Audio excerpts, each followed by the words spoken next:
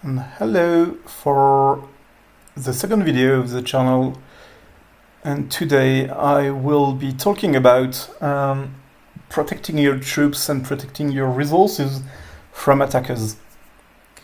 First of all, you need to understand that this game is not a game about attacking castles. You can obviously attack castles, but everything in the game is meant to make you understand that it's not the best thing to do. First off, as in many games, when you get attacked, you don't get troops killed as long as you have enough beds in your infirmaries. So that's the first thing. If you attack someone, you won't kill his troops, but you will get your own troops killed. Then your buildings, your resource buildings, they have very high protection values. For example, if we check the food here, I can have 35 million food outside my bags. So here, right here. And if someone attacks me, he will not get anything. So basically, if you get plundered and lose resources, you made a mistake. It's your own fault. It's on you. Because it's very easy to not lose a single resources. And so, how to not lose resources? First off, by using your resources for daily, for pushing your account, by doing research. You don't have to wait for an event to do a research. When you finish one, you do the next one. And if you see that you will get over because you are harvesting that much, that you have way too much resources and you can't deal with it, send some to your allies. The problem with that, they will be happy. But in theory, you will never, ever get there without opening your bags. Let's be honest.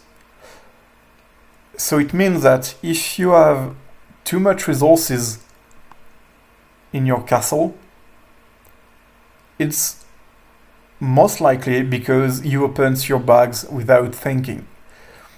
When you need resources, please only open the required resources to start a research or to start a troop training. Do not open all your bags just at once, just for the pleasure to see how much resources you have.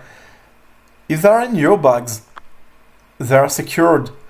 Nobody will be able to steal them. So please keep your resources in your bags when you have some. And wait for events or wait when you really need it to start a research or something. And then just open what you need, not more. And so you will see then that you don't really care about being plundered because no one will take resources from you. They will only lose some troops. And then, because we are talking about troops, it's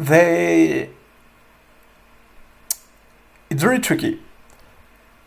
There is a way to protect your troop, but there is a condition about it. The way is to create your marches and set them up somewhere in the castle. For example, here. It's an example. Anywhere in the castle is okay. So you sort as much troop as you can. For example, I couldn't sort all of my troops. But at least I can sort as like 700,000 troops. And so that's 700,000 troops that will not be attacked if a big guy wants to plunder me. The trap in this is that this technique only works as long as your castle is inside your alliance territory. And so during a war, the danger is that this territory can disappear and your castle may be in a neutral territory or enemy territory. And what happens when your castle is in neutral or enemy territory is that your castle, when it gets burned, will be ported away randomly. But when it gets ported away, the troops that you set up here, they will not port. And so you can understand what will happen next. Your troops will get smashed out of the castle and will be destroyed with lots of killed this time and wounded troops when they should never had any killed troops. So only use this technique if you are sure that this territory will not be taken and that your castle is really inside your alliance territory. Otherwise, do not use this technique and just keep your troop on the walls. And if you get attacked, if you have plenty of troops like myself, even if a big guys attack you, you'll still have lots of losses.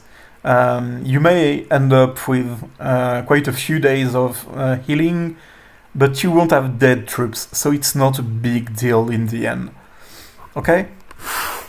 So that's basically how you can protect yourselves from attacks. But now we will say how to defend your turf.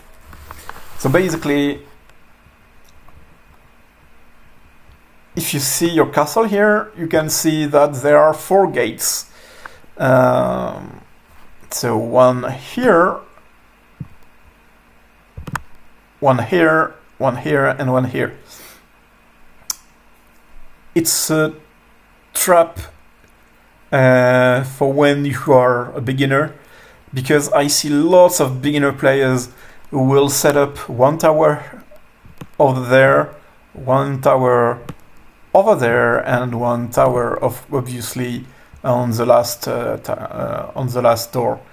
The only thing is, the only place that can be attacked is here. This is the main gate, and this is the only one that will be attacked. And so that's here that you want to deploy your towers for your own defense. But sometimes it can be done to settle your towers at each of the corners. For example, when your alliance gets attacked, if all the castles are quite close to one another, having the towers like that will maximize the firing on enemy troops that will try to sneak in, and they will receive quite a lot of losses. But to be effective, in the best way is to have all around your castles some place to be able to move around your towers. So basically, I decided that mostly I wanted the corners and the middle. And so all corners and middles, I have some room except here, but it's not a big deal. Because so far I have never been forced to move away my towers. Then, to maximize the efficiency of your defense, when you know that you will be attacked or it's possible, the idea is to sort your healers, all your healers, in 2 marches. One march with all the healers with bonus healing, the best bonus healing, and the healing effect around you. So that's basically King, the Hawkman, and Charlemagne.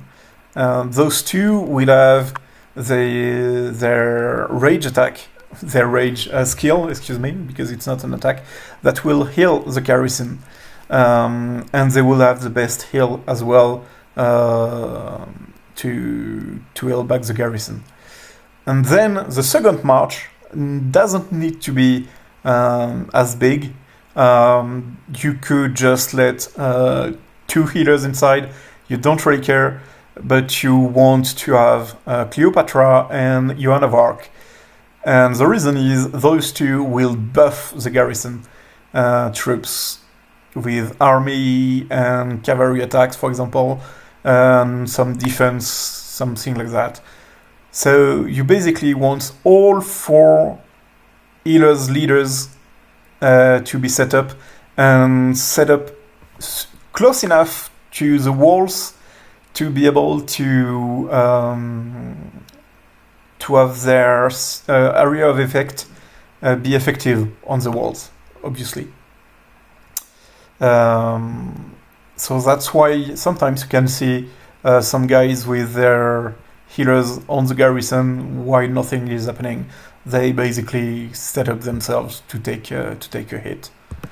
And when you want to attack such walls, be ready, because it means that the troops are on the walls and they are waiting for you.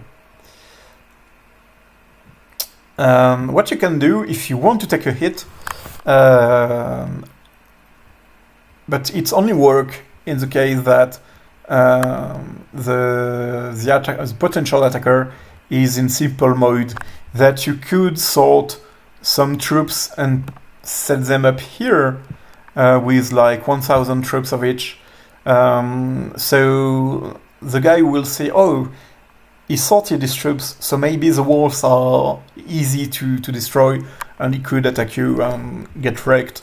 But if he doesn't use a simple mode, he just have to check the troops and he will see that there is, for example, just 1 line of troop, and that means it's not a real march. And pretty much that's all what you would need to know.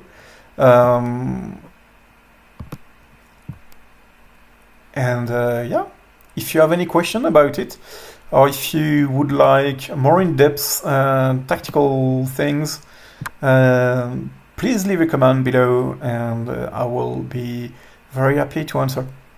Goodbye!